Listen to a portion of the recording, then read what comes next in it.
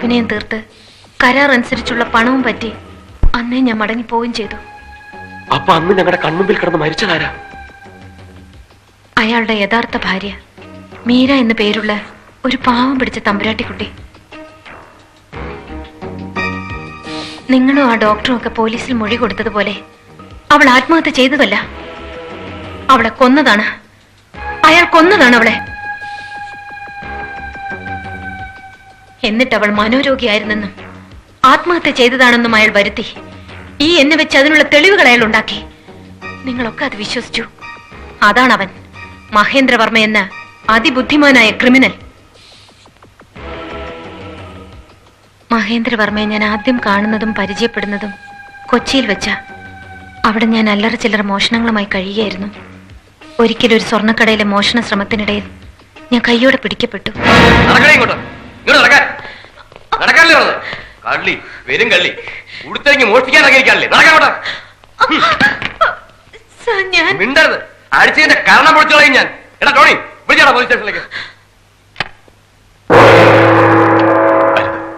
ദയവ് ഇത് പോലീസിനെ അറിയിക്കരുത്. ഹലോ മിസ്റ്റർ, നിങ്ങളാരാ?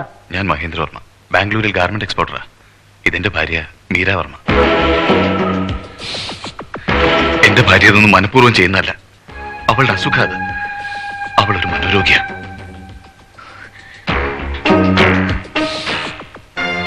സ്റ്റെല്ല ഇപ്പൊ വിചാരിക്കുന്നുണ്ടാവും ഞാൻ എന്തിനാ സ്റ്റെല്ല എന്റെ ഭാര്യയാണെന്ന് കള്ളം പറഞ്ഞ് അവിടുന്ന് രക്ഷിച്ചത്. എന്തിനാണെന്നല്ലേ പറയാം. സ്റ്റെല്ല എന്തിനാ ഇങ്ങനെ കൊച്ചു കൊച്ചു കളവുകൾ നടത്തി വെറുതെ ജീവിതം പാഴാക്കുന്നത്? കളവ് നടത്തുമ്പോൾ അന്തസ്സായിട്ട് നടത്തണം. ഒറ്റയടിക്ക് ആയുഷ്കാലം മുഴുവൻ ജീവിക്കാനുള്ളത് ഉണ്ടാക്കണം. That's my policy. ഞാൻ പറയുന്നൊരിടത്ത് സ്റ്റെല്ല കുറച്ചുനാൾ താമസിക്കണം. അവിടെ എൻ്റെ ഭാര്യയായിട്ട് മീരാവർമ്മ എന്ന പേരിൽ ഒരു മനോരോഗിയായി സ്റ്റെല്ല അഭിനയിക്കണം. അതിനെത്ര സ്റ്റെല്ലയ്ക്ക് പ്രതിഫലം വേണ്ടെന്ന് വെച്ചാൽ പറഞ്ഞോളൂ. ആവശ്യപ്പെടുന്നത് ഞാൻ തരും. അല്ലെങ്കിൽ സ്റ്റെല്ല ആഗ്രഹിക്കുന്നതിനപ്പുറം ഞാൻ തരും. നേരത്തെ പറഞ്ഞ പോലെ ജീവിതകാലം മുഴുവൻ കഴിയാനുള്ള അത്രയും.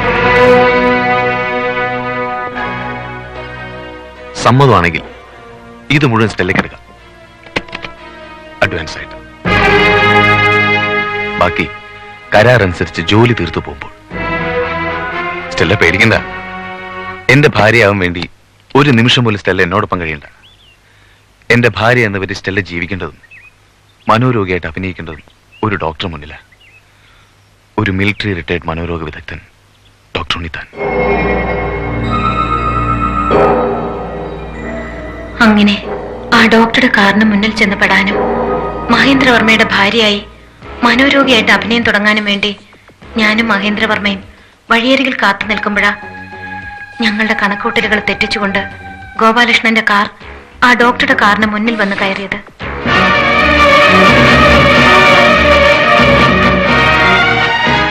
ഒടുവിൽ ബോധം നശിച്ചു കിടന്ന എന്നെയും കൊണ്ട് നിങ്ങൾ കാറിൽ പുറപ്പെടുമ്പോൾ നിങ്ങൾ അറിയാതെ അയാൾ നിങ്ങളെ പിന്തുടരുന്നുണ്ടായിരുന്നു. അങ്ങനെ എന്നെ തേടി അയാൾ ഈ ഊർവശി തിയേറ്റേഴ്സിലും വന്നു. നിക്കൂ, ഞാൻ ഉടനെ പുറപ്പെടാം. വേണ്ട, തൽക്കാലം സ്റ്റെല്ല ഇവിടെ തന്നെ കഴിഞ്ഞാൽ മതി. ഒരു കണക്കിന് ബുദ്ധിമാനായ ഡോക്ടറേക്കാൾ വിഡ്ഢികളെ നാടകക്കാരാ നമുക്ക് നല്ലത്. അവര് പറയുന്ന പോലെ ഒരു നാടക നടിയായിട്ട് അവരോടൊപ്പം കൂടുക, മീര എന്ന പേരിൽ തന്നെ. ബാക്കി സമയമാകുമ്പോൾ ഞാൻ പറയാം. അപ്പം മതി ആ ഡോക്ടർ മുന്നിൽ ചെല്ലുന്നത്. അതും ഇവര് മൂലം തന്നെ ആയിരിക്കണം. ആ രാത്രി ബാലകൃഷ്ണൻ ഓർക്കുന്നില്ലേ? എന്റെ മുറിയിൽ ആളുണ്ടെന്ന് പറഞ്ഞ് ബാലകൃഷ്ണൻ ബഹളം കൂട്ടി അതേ രാത്രി. ആരുമില്ല. പിന്നെ നീ ആരോട് സംസാരിച്ചത്? ഞാൻ ആരോട്ട് സംസാരിച്ചില്ലല്ലോ. ഞാൻ കേട്ടല്ലോ നീ സംസാരിക്കുന്നത്. അതോ, അത് ഞാൻ നാടകം പഠിക്കായിരുന്നു. മത്തായി ചേട്ടനല്ലേ പറഞ്ഞ നേരം വെളുക്കുമ്പോഴേക്ക് നാടകം കാണാപ്പാടായിരിക്കണോന്ന്.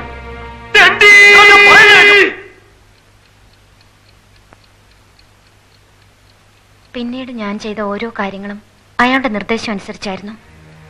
നിങ്ങളുടെ മുന്നിൽ മുഴു ഭ്രാന്തിയായി അഭിനയിച്ചത്, ഹോസ്പിറ്റലിൽ വെച്ച് രോഗം ഭേദമായതുപോലെ കാണിച്ചത്, പിന്നെ എന്റെ ഭർത്താവാണെന്നും പറഞ്ഞ് അയാളെ വിളിച്ചു വരുത്തിയതും അയാളുടെ കൂടെ പോയതുമെല്ലാം അന്ന് രാത്രി തന്നെ കരാർ അനുസരിച്ചുള്ള മുഴുവൻ പണവും അയാൾ തന്നു. അതും വാങ്ങി പുറപ്പെടും മുമ്പ് എന്നെ കൊണ്ട് അയാൾ ഒരിക്കൽ കൂടി നിങ്ങൾക്ക് ഫോൺ ചെയ്യിച്ചു. ഒന്നും പറയണ്ട. ഗോപാലകൃഷ്ണൻ വന്നില്ലെങ്കിൽ, അരമണിക്കൂറിനുള്ളിൽ വന്നിട്ടില്ലെങ്കിൽ ഞാൻ ചത്തുകളയും. സത്യമായിട്ട് പെട്രോൾ ഒഴിച്ച് തീ വെച്ച് ഞാൻ ചത്തുകളയും.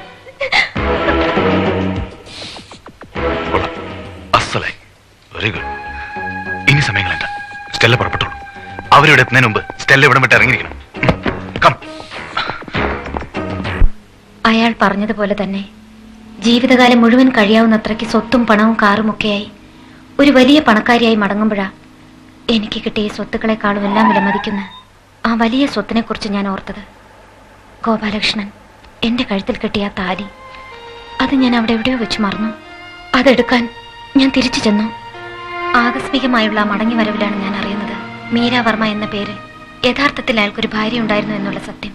അന്ന് അവിടെ വെച്ച് ആദ്യമായും അവസാനമായും ഞാൻ അവളെ കണ്ടു. ഉറക്കമരുന്നുകൾ കുത്തിവെച്ച് എവിടെയോ അടച്ചു പൂട്ടിയിട്ടിരുന്ന അവളെ കൊല്ലാനും അവളുടെ സ്വത്ത് മുഴുവൻ കൈക്കലാക്കാനും വേണ്ടി അയാൾ എന്നെ ഉപയോഗിച്ച് തെളിവുകൾ ഉണ്ടാക്കുകയായിരുന്നു.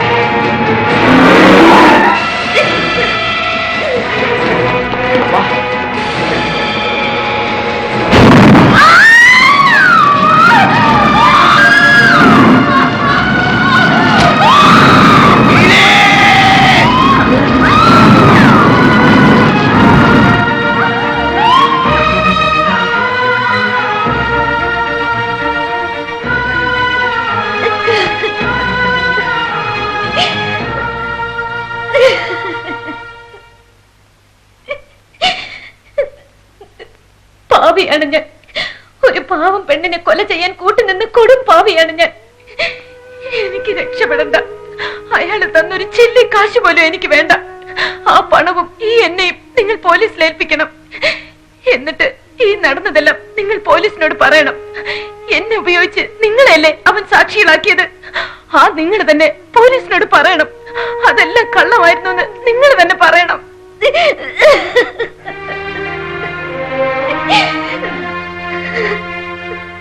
വിളിക്കണ ബാലകൃഷ്ണ പോലീസ് സ്റ്റേഷനിലേക്ക്. ആദ്യം ഇവളെ തന്നെ പിടിച്ചേൽപ്പിക്കും. നമ്മൾ നാടകക്കാരെ പറ്റി ഇവരൊക്കെ എന്താ ധരിച്ചു വെച്ചിരിക്കുന്നത്? വെറും വിട്ടികളാണെന്നോ? വിളിക്കണ പോലീസ് സ്റ്റേഷനിലേക്ക്. എന്നിട്ട് നമ്മൾ ആരാണെന്ന് നമുക്ക് അവനെ കാണിച്ചു കൊടുക്കണം. വിളിക്കണ. എന്നിട്ട് അവനെ പിടിച്ചകത്താക്കും. നമുക്കൊരു കളി കളിച്ചാലോ? കളിയാ? എന്ത് കളി? അവൻ നമ്മളോട് കളിച്ച അതേ കളി നമുക്കും തിരിച്ചു കളിച്ചാലോ? തിരിച്ചു കളിക്കേ? ഒന്ന് പോയടാ നീ. പണ്ട് ഇതുപോലൊരു കളി കളിച്ചു. അതിന്റെ പരിക്ക് ഇപ്പോഴും മാറിയിട്ടില്ല. മാത്രല്ല അങ്ങനെ ഒരു കളി കളിക്കാനുള്ള ശേഷിയും പ്രായവും ഇപ്പൊ എനിക്കില്ല. അതല്ല മത്തായി ചേട്ടാ, ഇവിടെ നമ്മൾ നിർബന്ധമായും കളിച്ചേ പറ്റൂ. അല്ലെങ്കിൽ അവൻ രക്ഷപ്പെടും. അവനങ്ങനെ രക്ഷപ്പെട്ടുകൂടാ. നമുക്ക് വേണമെങ്കിൽ ഇപ്പൊ തന്നെ പോലീസിനെ വിളിക്കാം, ഇവളെ ഏൽപ്പിക്കാം, നടന്ന കഥകളൊക്കെ പറയാം. അതുകൊണ്ടൊന്നും അവൻ ശിക്ഷിക്കപ്പെടണമെന്നില്ല. പിന്നെ അവൻ ശിക്ഷിക്കപ്പെടണമെന്നുണ്ടെങ്കിൽ കോടതിക്ക് ഇവളെ വിശ്വാസം വരണം. പക്ഷേ ഇവളൊരു ക്രിമിനലാണെന്നും പണത്തിന് വേണ്ടി എന്തും ചെയ്യാൻ നടക്കുന്നവളാണെന്നും അറിയുമ്പോ കോടതി ഇവളെ വിശ്വസിച്ചെന്ന് വരില്ല. അതിന് നമ്മൾ എന്ത് ചെയ്യണമെന്നാ നീ പറയുന്നേ? നമ്മൾ കളിക്കണം. അവൻ നിർത്തിയെടുത്ത് നമ്മൾ തുടങ്ങണം. എന്ന് വെച്ചാ അവന്റെ ഭാര്യ മരിച്ചിട്ടില്ല. മരിച്ചിട്ടില്ലേ? അതെ, അവന്റെ ഭാര്യയെന്ന് നമ്മളെ പരിചയപ്പെടുത്തിയ ഇവൾ തന്നെയാണ് അവന്റെ യഥാർത്ഥ ഭാര്യയെന്ന് നമ്മൾ പറയുന്നു, തെളിയിക്കുന്നു. മത്തായി ചേട്ടാ, വിളിക്കവനെ എന്നിട്ട് ഞാൻ പറയാം അതുപോലെ അങ്ങോട്ട് പറ